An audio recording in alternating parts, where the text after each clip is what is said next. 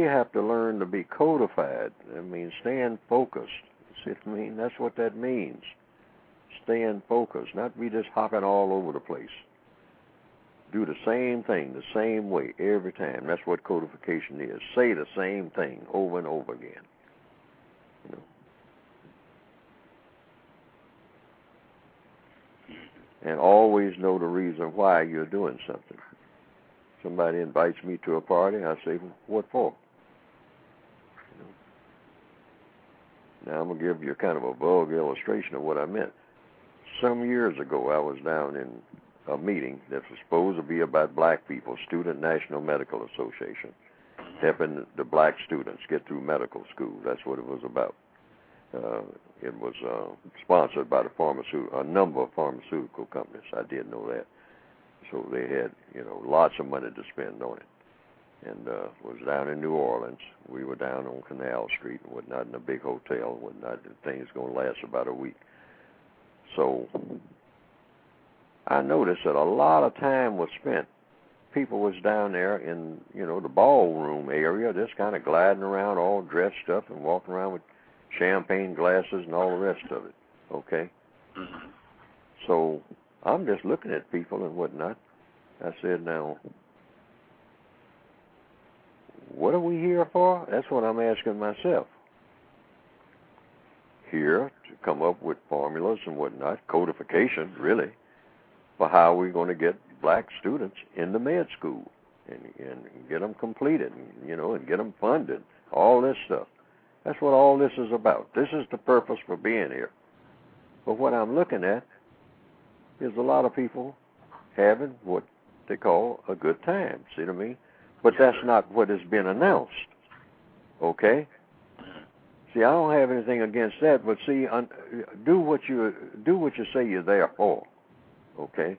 So, some black guy, about three of us standing there talking. We stand there talking in the lobby, see, and I was trying to find the lady who had brought me down there, and so that I could ask her when would I was going to get another talk, because I'd made about a 30-minute talk, and that had been the day before, and it looked like I was going to be down the rest of the week, and I wasn't going to get another chance to talk, because, see, I'm all business when I'm on these, so, and that was years ago, okay, now, so one guy came up, and we were just standing there looking at the people. I mean, just gliding across, the room and whatnot, chandeliers and all that. And the guy said, it was about three of us standing there talking. So one guy, he might have been a little tipsy. I mean, he said, man, there's some fine bitches around here, man. I'm some fine broads. Say, man, I'm looking at them, man. I'm going to get me one of them and take them up in my room, Yeah, I'm going to fuck one of these girls, He was just talking, so we were just standing there kind of listening to him. So finally he drifted off. And the guy standing there talking to me, because we'd been talking about the racial thing and all like that. And so he kind of hesitated and didn't say nothing. And I didn't say nothing. We kind of stood there for a moment, because the guy had drifted off. Now he's gone on and off. Mm-hmm. I guess trying to chase one of them women he was talking about. So the fellow who was standing there said, you know what? He said, that's the only motherfucker that knows what he's here for.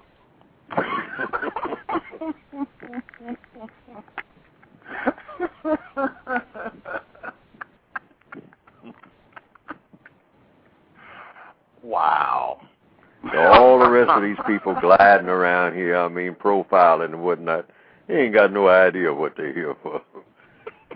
See, now he's half tipsy, but he knows what he's here for. See, he ain't shamming. He's considering all the rest of this profiling as a bunch of nonsense. He's going to get him one of them women, and he's heading for the hotel room upstairs on the elevator as soon as he possibly can. Wow. Everybody else is walking around here acting like they're doing something. A whole week of acting. Trying to solve black people's problems. Say, no, man, they ain't here to solve nothing. I'm going to get me a woman to get up here in that bed and lock the door.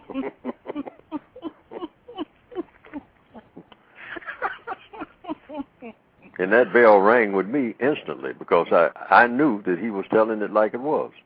That's the only MF here that know what he's here for.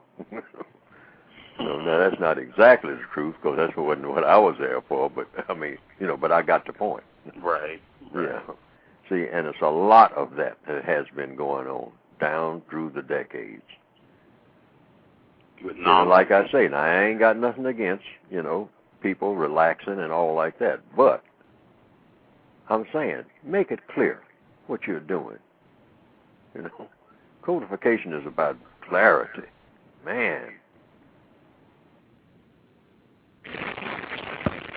Context of white supremacy. Gus T. Renegade, live, broadcasting from Crosse, Wisconsin, 11th Annual White Privilege Conference.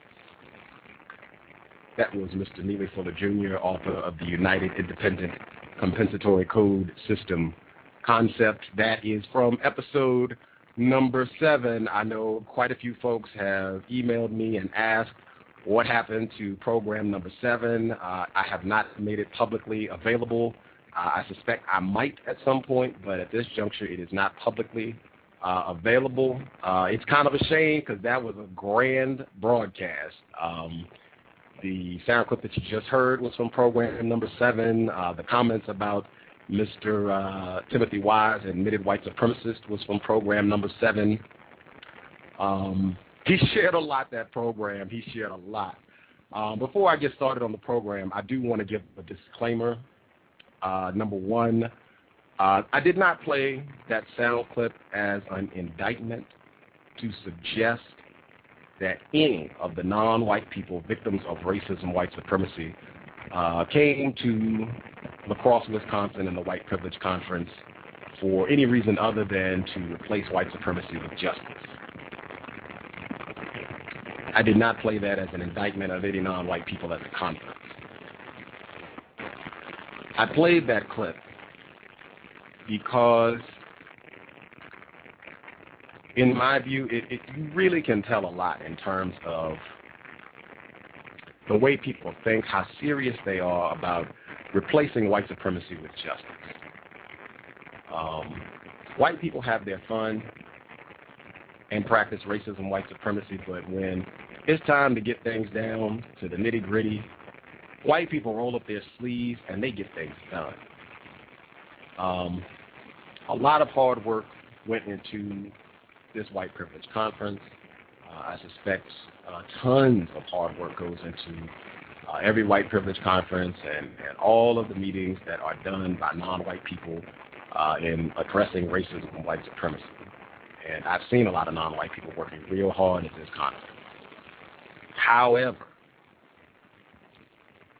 I have just been evaluating, and I will tell you, I did exactly what I said I was going to do. When the program ended on Friday, April 9th, I did exactly what I said I was going to do. I left and I went to the bar.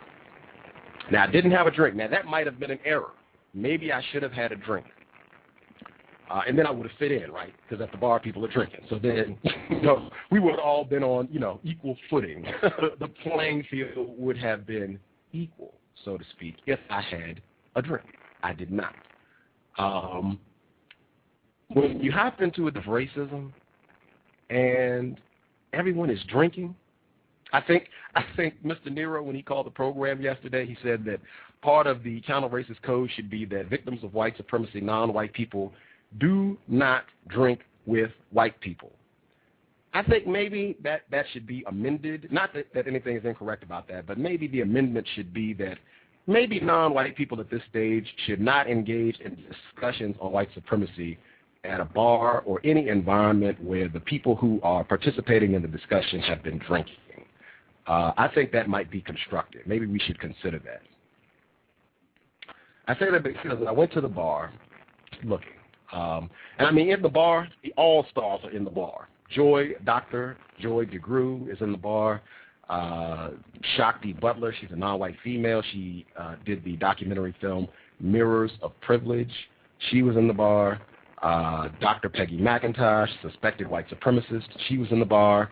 Dr. Eddie Moore Jr. I mean, Everybody's at the bar. It's Friday night. This is exactly what I said. Everybody's going to be hanging out as it gets later in the week, particularly over the weekend. And so, I'm just looking around. That's not against the law, right? To go to the bar. No problem there. And a lot of other people who were just participants at the conference. They're in the bar, hanging out, chatting it up. Non-white female, black female, she, was talking about her experience, and she asked me my thoughts on the conference. And, I didn't go into a lot of detail. I just said that, I felt like it was problematic that I had not heard definitions for terms. I had not heard white privilege defined, explained. I had not heard racism, white supremacy, white power. None of these terms have been explained in the workshops that I have been participating in. And so we were talking, and she said, yeah, I totally agree. All white people are racist. And I'm thinking, okay, hey, maybe there's some non-white people who, have a similar understanding that I do, aren't so confused about racism. And a few minutes later, she said, well, the thing is that I think black people are too. And I was like, oh man, oh man.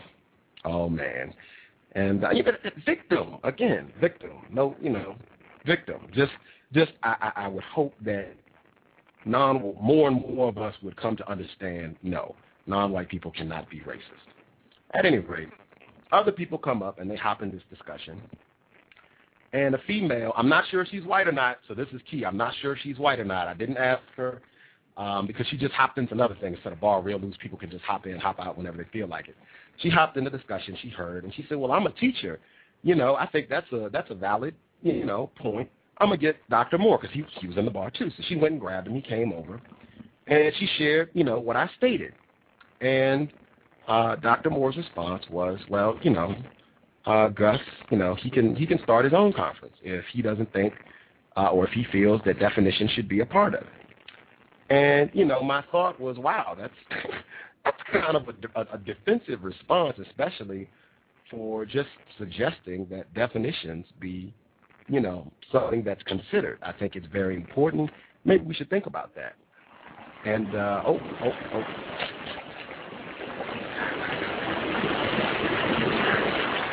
Please forgive me. Gus T. Renegade is lounging in the hot tub at this point. It's been a long week. I don't care if you're disturbed by that. I am in the hot tub. I will have the bubbles on from time to time. I'll try not to make it a distraction. At any rate, so, yeah, that was his response. And I just thought, that's kind of defensive. I don't feel like I'm being received. And number one, I want to be very clear. I did not intend for this to be a feedback session for Dr. Moore. Someone asked me a question. I answered their question. I did not think that was the environment to give him feedback on the conference. I don't like criticizing non-white people at all about anything they do to replace white supremacy with justice. Let me be very clear about that. He requested my feedback before I got to the conference. I told him I would share after the conference was over, which is still my plan. But after that comment, I just said, I don't feel that he's receptive to feedback right now.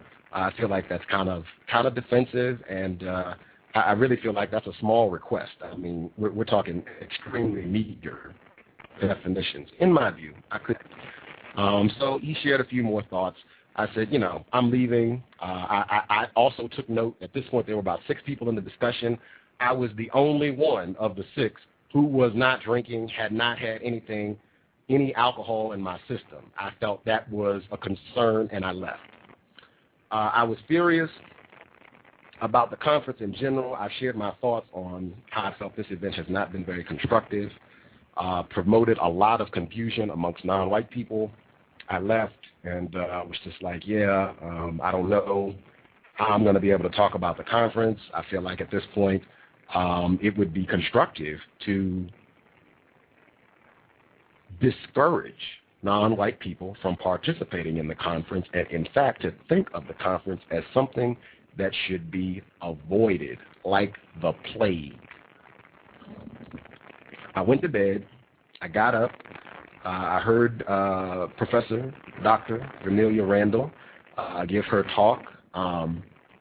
When I heard her give her talk, and again, I'm not, boasting about anything. I'm a nigger.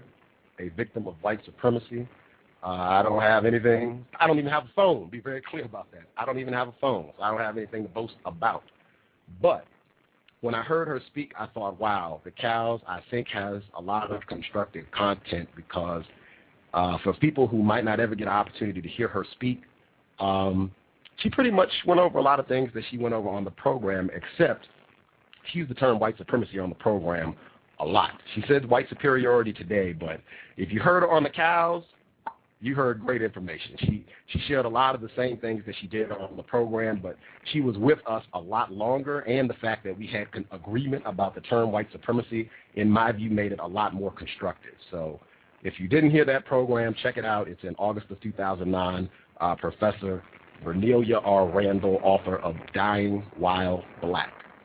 Incidentally, during her presentation, she did give definitions for racism, race. She had a PowerPoint presentation. She gave out those definitions and explained why definitions for these terms is critical, for sure. Okay, so I left that workshop, and I went to a workshop that was basically on fake Indians, and it talked about how white people have consistently classified themselves as so-called Indians, Native Americans, when it has been to their benefit, when the opportunity has presented itself for them to get resources, money, something that would be to their advantage to allege to be so-called Native American. And one of the examples that stuck out to me, the author of The Education of Little Tree, I believe it's Asa Carter. I could be incorrect. I know his first name is Asa. Just check Education of Little Tree. That author alleged to be Native American, and then it came out some years down the road that he was indeed just a regular old white person, suspected racist white supremacist that had fooled all these people. And that book sold tons of copies. It still sells tons of copies. It's taught in schools. They made a movie out of it. And, you know, white people got us again. So, yeah, and this workshop was conducted by a non-white person, so-called Native American, informative, and just shared a lot of ways that white people do this trick all the time. I'm sure some of you all have witnessed this, heard about it, that sort of thing. It was very interesting. I'm glad I went to that workshop. And I was on my job, baby. I got his contact information, asked him to come on the program. He said yes, so you know this directly from him down the road. He's a professor at the University of Wisconsin, so hopefully I'll get him soon, so you all can hear all the information that he shared and then some. So that was workshop number one. So, yeah, hey, right, good Saturday, right? Vernelia Randall, bing, great. And then this non-white male, bing, great. Next workshop. This workshop, I'm in the hot tub. I don't have my program. You know, you'll just have to deal with it. I'll get it. Next program, I'll have it. I will not. I'll be dry, and I'll be able to read the information to you directly. Next workshop that I almost missed. I cannot overemphasize this. I almost missed this workshop because the title of it was Being White in the Law. It was basically a workshop that was studying what it meant to be open by looking at laws in this area of the world over the last 500 years, right? It caught my eye immediately. As soon as I saw workshops, I was like, bang, I'm going to that one. And I stopped for a moment because I thought, well, you know, I studied Ian Hunter's, and, you know, that's pretty much what his book is all about. Great book, great program. Check him out. He was on the program back in August as well, the day before Vernelia Randall, in fact. And I was like, you know, that might just be repetition. Maybe I should go to a workshop where I'll get some new information. I just thought, no, this is, you know, this looks real important. This looks like, you know, it'd be very constructive, so I'm going to go to this one. I go. It's a white woman doing the workshop. And she starts her presentation with an analysis of law and what it means to be white. She starts it in the 16th century with anti-miscegenation laws, okay?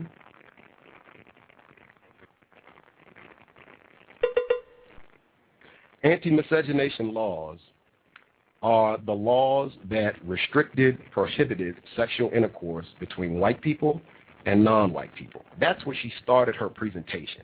So my eyebrow immediately is like on my forehead, like, whoa, what is going on here?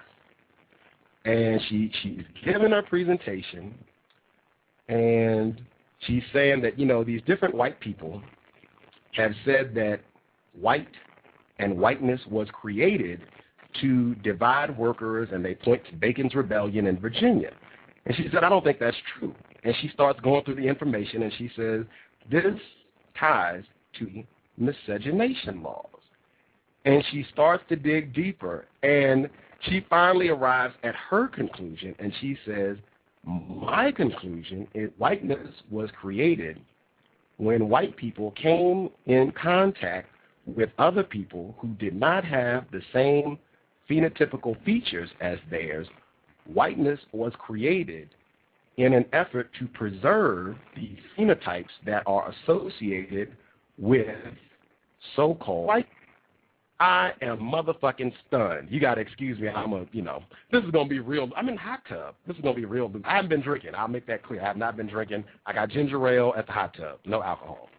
And so my mouth is on the ground. I was like, what? Is Dr. Welsing in the building? What is going on here?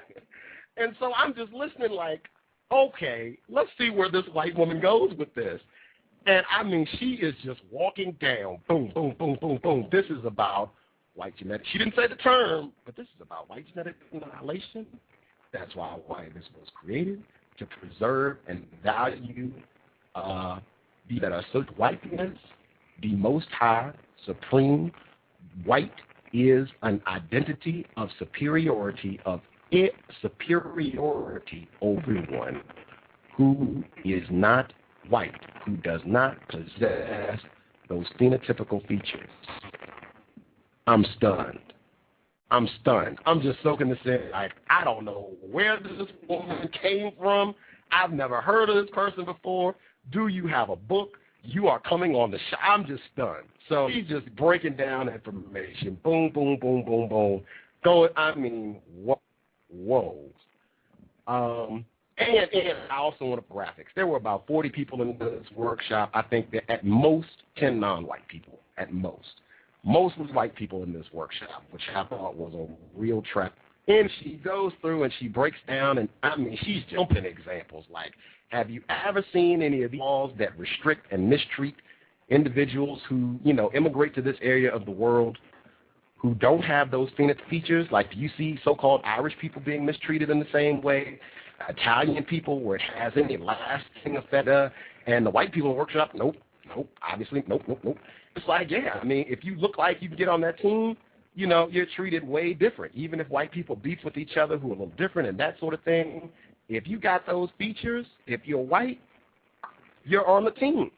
If you don't, once the fact that you are alive means you should be mistreated because you don't have those. It was stunning. And I'm purposely not giving you all the information. I did take notes during this workshop. I'm purposely not doing it because she did agree to come on the program, said she'd be happy to do it, so you'll get it straight from her. I will make sure I heavily promote that program, have your ass here to hear this information because it was real constructive. By the time she got to the end of the workshop, Non-Mighty Wick had asked her, because we were both in the same workshop, what does it mean to be white? We wrap up the conversation with it. To be white means you get privileges, advantages, all sorts of goodies and benefits at the expense of abusing non-white people. That's what it means to be white. That's what it's always meant, and that is at the foundation of everything. End of workshop. She said this, and it went unopposed. Not one white person amongst at least 30 said a word to challenge this. You're not true. Why are you making that up? Not a word. It was, and in fact, they were offering constructive information of it. It was incredible. So the workshop ends, and I'm just like, this heifer is coming on the show. We got to discuss this. I was going to ask her if she knew Dr. Welsing, but I stopped, and I said, I'm not going to share information with someone who has just demonstrated they have a far superior understanding of racism, white supremacy than I do. I'm not sharing information with you. You should be sharing information with me. So, no, I didn't ask her about Dr. Welsing. I don't want to know if she knows about it or whatever. I'm trying to pump her for information. So the workshop ends, and we're sitting in the back, chatting it up, and another individual that I think is white, she comes over to me and says, hey, I was in a workshop with you where you kept asking, are white people going to stop practicing racism? This workshop is like right in line with your question. And I was like, yeah, that's why I kept bringing it up. And I stopped and I said, wait a minute, person? And she said, well, my mom is Native American, so, I'm Native American. Okay. And I'm looking at this chick because I'm like, I don't care what your mom is. This is my codified response for any white person that gives me some foolishness like that. Do other white people think you're white? That's my response. Any foolishness? I got, a Native American cousin, and my mom is Latina, and, my grandfather likes graham crackers. Do white people think you're white? Her response, yeah, most of the time, yeah, they do. So, okay, that's thank you. I'll suspect that you're a racist white supremacist. Okay. So we're talking. She says, yeah, that's exactly what was tied to your question. This is so crazy. I can't believe that. This was such a great workshop. And, yeah, I think you're right, man. I think you're right. I mean, white people are going to do this forever. They're not going to stop practicing racism. And we're chatting. I said, yeah, blah, blah, blah. And her story was real interesting, this chick that I'm talking to. So I said, you should come on a radio show. She said, yeah. In fact, I do a radio show. Matter of fact, can I interview you? And I said, we can trade. You come on my show, I'll do your interview. She says, okay. I said, okay, you got to hold on because I got to go get the presenter so I can get her contact information. So I run up to her, and this is, you talk of no coincidences or accidents at all. I go up to this woman, and I say, hey, do you remember me? I had bumped into this woman so many times this week. I bumped into her from day one, and she came up to me, and she said, you don't know it, but you're going to be my helper at this conference. And I said, okay. And I'm just looking at her like, okay, white woman. And she said, do you know where we can get coffee? And I'm just like, bing, my doctor went, I got a call that I can't take. I told victims to call me if they wanted to talk, and I'm getting a call. I'm in the hot tub. I'm slacking on my duties. I shouldn't have been in the hot tub. Anyway, so, man, it's a lot of cute girls at the conference. I could be missing out hard. Anyway, okay, priorities. Okay, so number two. For people who don't know what that means, white supremacy, number one strongest motivating factor in the universe amongst people. Sexual intercourse, number two, the second strongest motivating force in the known universe amongst people, number two. Anyway, so the white woman, she said, yeah, do you know where we can get coffee? And I'm just thinking, Dr. Welsing, black liquids, white people compensating for being pale. And so I direct her, I help her get her coffee, and I bump into her next time. She says, hey, do you know where such and such and such? And I said, yeah, I go help her get there. And during the workshop, I end up I'm the facilitator for this workshop. So I'm, checking her time so she knows how much time she has, getting the evaluations for her. She's just like, you have been so helpful. My gosh, I can't believe how helpful you've been. I said, I've been trained well. I'm a black male. And she snickered, but she got it. She's like, yeah, thank goodness for racism, ha, ha, ha, but, for real. And so I'm like, you got to come on the program. Ian Hani Lopez has been on the program, and she had mentioned his book. Noel Ignatieff, she mentioned his book. I was like, he's been on the program. And she was just like, oh, my God, yeah, I'd love to do it. Can we do video? And I was like, oh, wait a minute, it's radio. She's like, oh, okay. Well, you'll have to help me, but, yeah, I'll do it. You got to help me. Format I'm not as familiar with. You might have to help me along, so that it'll be as constructive as possible. But, yeah, I'll do it, no problem. And she's like, I'm also doing a video, so maybe, you could help with that. And I'm just like, whatever. Get your ass on the program. You got to share this with my listeners. This is incredible. And so I tell her, what we've been talking about, and we end up talking for like 30, 40 minutes. I missed the last workshop I was supposed to go to because we talked so long. But I was like, yeah, I've been saying white people aren't going to stop practicing racism. That's what it means, is to be a white supremacist. That's what it means to be white. She said, yeah, I'm still a racist myself. I'm trying, but what can I say? And I appreciate that. That's all I want from white people, tell the truth. And so I'm talking about the conference, and I'm just like, man, non-white people stand this. This workshop should be mandatory for non-white people at the conference. And she's like, well, I don't know. I think non-white people, they catch it quicker because they face that abuse. And I was just like, no, The confusion is a huge aspect of our victimization, and we just don't get it. We've been programmed to worship and love and just, want to be with you all forever. And she said, well, I don't. I said, wait a minute. Let's go out in this hallway right now and see if the non-white people are getting that they understand these white people at this conference are racist. And she just cracked up laughing, and she said, yeah, you're right. I got to concede, you're right. And she said, yeah, this conference, I know Dr. Moore, he doesn't want it to be a kumbaya. And that's a direct quote. He said that repeatedly. He does not want this to be a kumbaya thing. He wants it to be challenged, to be getting pushed. And she said, I see elements of the kumbaya here at this conference. And she said, maybe you should tell Dr. Moore the things that you're saying. I think you should tell him. And I said, I don't know if he's going to be receptive. Oh, that was what I wanted to say 1 billion times. Pride getting in the way of progress. Not directed at anyone. It's just in general. Pride getting in the way of they're knocking at the door. Whoever it is at the door, I'm in the room. If you give me like 10 minutes, I'll get you.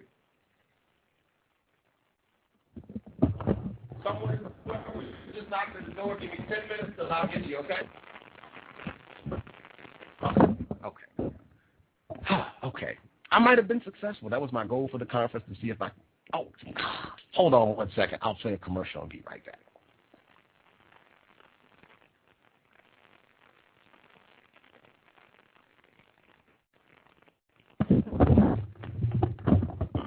So, we have to learn to be codified. Staying focused. See what I mean? That's what that means. Staying focused, not be just hopping all over the place. Do the same thing the same way every time. That's what codification is. Say the same thing over and over again.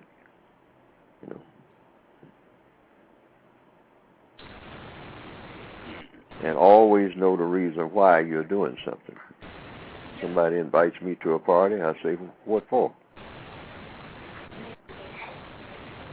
Now, I'm going to give you kind of a vulgar illustration of what I meant.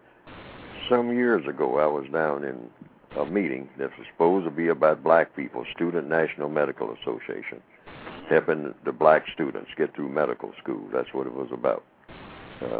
It was sponsored by a number of pharmaceutical companies. I did know that. So they had, lots of money to spend on it. And was down in New Orleans. We were down on Canal Street and whatnot in a big hotel and whatnot. The thing's going to last about a week. So I noticed that a lot of time was spent. People was down there in, the ballroom area, just kind of gliding around all dressed up and walking around with champagne glasses and all the rest of it. Okay? Mm-hmm. So I'm just looking at people and whatnot. I said, now... Okay. I'm back. Man, decisions. I was not sure if people were actually going to come, but I did. I had victims come. Actually ended up being 2 females. Not anything crazy, no number 2, but it was females. But yeah, nothing crazy. All serious business. No jokes. But yeah, so this white person, and I told them I would meet them. So, this is important. I'm actually going to have to pause the show and come back and pick this up in a minute, because this is very important. I shared a lot of my thoughts about the conference, and it seems like some of the non-white people were receptive to what I was saying. So I want to make sure that I don't lose that work, because these could end up being potential listeners, and it could have an impact. If I could get more people to be less confused about what's happening here, that would be a home run. Decisions. I didn't think. It's too much. Okay, so the white chick. I'm thrown off. We're gonna have to restart. So everybody that called in, I just want to check the person at 313. 313. Are you at the conference, or are you just calling in from somewhere listening? Area code 313. Your mic is on. Are you at the conference, or are you just listening? 313. Can you hear me? Yes, no, maybe? Okay, I'm assuming you're just listening. Last call, area code 313. Can you hear me? Okay, I'm assuming they're just listening. I'm going to also check 111. 111, are you at the conference or are you just listening? 111. What up, Gus? Just listening, man. Want me to call back? I'm gonna have to restart the program because I gotta go talk to these people because I told people to come talk to me, so I want to honor that request. I am kind of bummed because I don't like restarting the program. This is gonna be real whack, but yeah, I got to get them because I told them to come, and I was just real honest. I was speaking to them like I would speak to you all about. I was actually worse. Like I was real blunt about how I feel about the conference with them, and if they're receptive, I want to honor that and chat with them and come back and get this. So yeah, I'm gonna have to come back and pick up where I left off. So anybody, if you are real codified, what you can do is write down where I stopped at in talking to this white chick about it was the conference. I got it. It was the conference. Go talk to Dr. Moore and let him know your concerns. That's where I'm gonna pick up at. We're gonna restart this. It'll be in no more than an hour. We're gonna restart this. I'll pick right back up. I have tons. I have notes, and I want to hear your feedback. So. I think that's Mr. JJ. I believe that is Love, Truth, Liberation, most cute and lovely female in Atlanta, my man 909, and I don't know who that is on 313, just maybe they're listening. Give me 60 minutes to go chat with these victims, non-white people, and share constructive information, and we'll come pick it right back up. Please forgive. This is real important, though. I hope it's important enough that you all will come right back so we can continue with the cows, because this was real important, and I do want to continue to share. So we'll pick right back up. Context of white supremacy. I'm coming right back, same night, just it'll be an hour. So if you're on the East Coast, it should be no later than midnight. If you're Central, it should be no later than 11 p.m. And if you're on the West Coast, it should be 9. If you're on the West Coast, it shouldn't even matter. Just come back at 9 o'clock. We'll be here. It's not too late if you're on the West Coast. So Context of White Supremacy. We'll be right back. Gus T. Renegade, live from the White Privilege Conference. Thank y'all.